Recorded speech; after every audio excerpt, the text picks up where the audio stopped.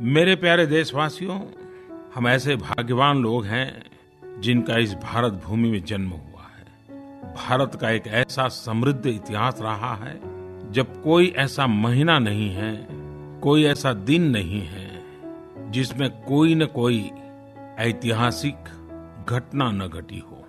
देखें तो भारत में हर जगह की अपनी एक विरासत है। वहां से जुड़ा कोई संत है, कोई महापुरुष है, कोई प्रसिद्ध व्यक्ति है। सभी का अपना अपना योगदान है, अपना महात्म्य है। प्रधानमंत्री जी नमस्कार, मैं डॉक्टर सुरेंद्र मिश्र बोल रहा हूँ। हमें ज्ञात हुआ है कि 28 जून को आप मगहर आ रहे हैं। मैं मगहर के ही बगल में एक छोटे से गांव टड़वा जो गोरखपुर में है, वहाँ का रहने वाला हूँ। मगहर कबीर की समाधि स्थली है और कबीर को लोग यहाँ पे सामाजिक समरसता के लिए याद रखते हैं और कबीर के विचारों पर हर स्तर पर चर्चा होती है। आपकी कार्य योजना से इस दिशा में समाज के सभी स्तरों पर काफी प्रभाव होगा। आपसे प्रार्थना है कि कृपया भारत सरकार की जो कार्य योजना है उसके बारे में अवगत कराने की कृपा करें। आपके फोन कॉल के लिए बहुत बहुत धन्यवाद। ये सही है कि मैं 28 तारीख को मगहर आ रहा हूँ। और वैसे भी जब मैं गुजरात में था, गुजरात का कबीर वड तो आप भली भांति जानते हैं। जब मैं वहाँ काम करता था तो मैंने एक संत कबीर की परंपरा से जुड़े लोगों का एक बड़ा राष्ट्रीय अधिवेशन भी किया था। आप लोग जानते हैं कबीरदास जी मगहर क्यों गए थे। उस समय एक धारणा थी कि मगहर में जिसकी मृत्यु होती है वह स्वर्ग नहीं जाता। इसके उलट काशी में जो शरीर त्याग करता है वह स्वर्ग जाता है। मगहर को अपवित्र माना जाता था, लेकिन संत कबीरदास इस पर विश्वास नहीं करते थे।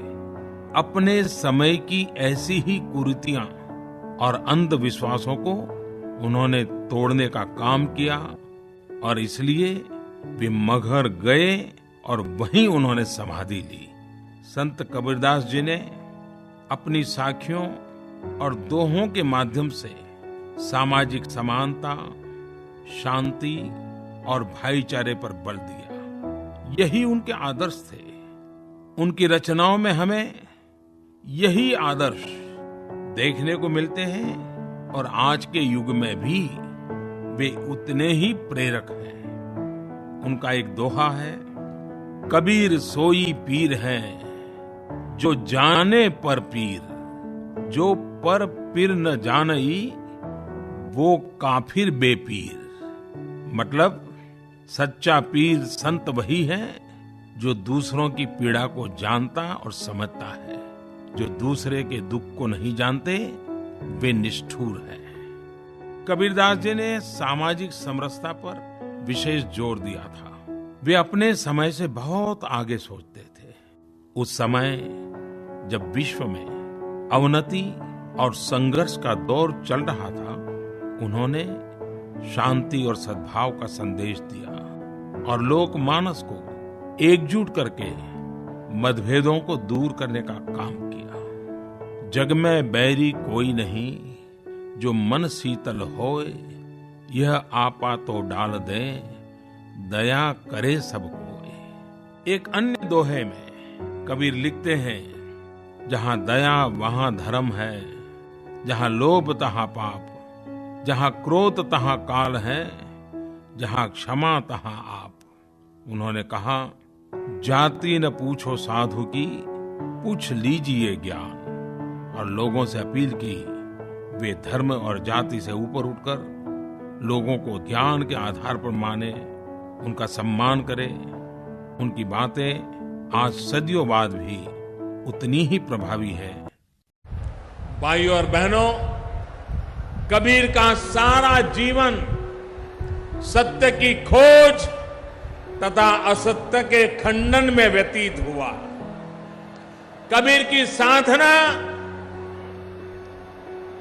मानने से नहीं, जानने से आरंभ होती है।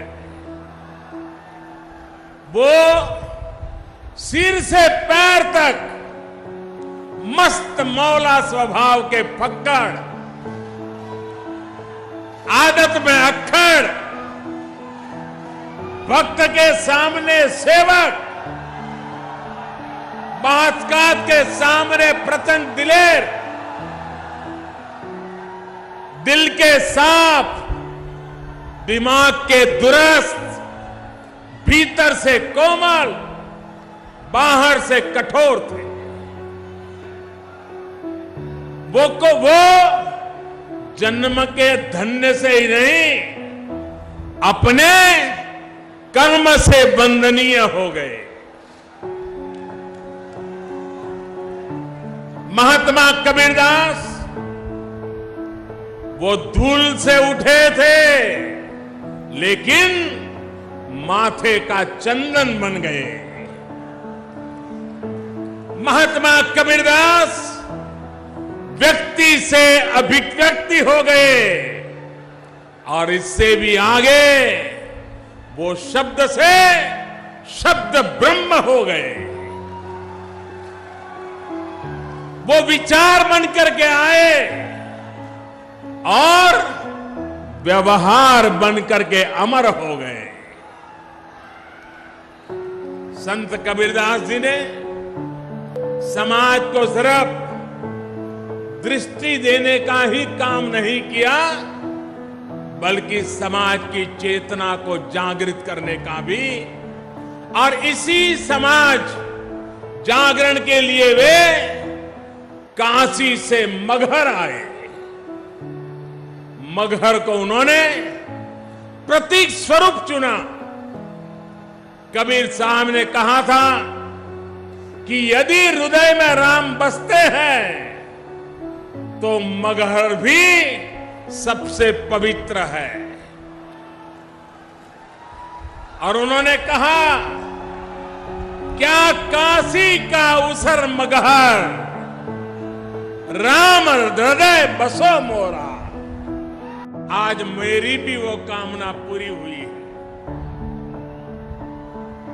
थोड़ी देर पहले मुझे संत कबीरदास जी की समाधि पर फूल चढ़ाने का, उनकी मजार पर चादर चढ़ाने का सौभाग्य प्राप्त हुआ। मैं उस गुफा को भी देख पाया जहां कबीरदास जी साधना किया करते थे। समाज को सदियों से निरंतर दिशा दे रहे मार्गदर्शक, समभाव और समरसता के प्रतिबिंब महात्मा कबीर को उनकी ही निर्वाण भूमि से मैं एक बार फिर कोटि कोटि नमन करता हूं। ऐसा कहते हैं कि यहीं पर संत कबीर, गुरु नानक देव और बाबा गोरखनाथ जी ने एक साथ बैठ करके आध्यात्मिक चर्चा की थी। मगहर आकर के मैं एक धन्यता अनुभव करता हूं। आज ज्येष्ठ शुक्ल पूर्णिमा है। आज ही से भगवान भोलेनाथ की यात्रा भी शुरू हो रही है। मैं तीर्थ यात्राओं को सुखद यात्रा के लिए हृदयपूर्वक शुभकामनाएं देता हूं।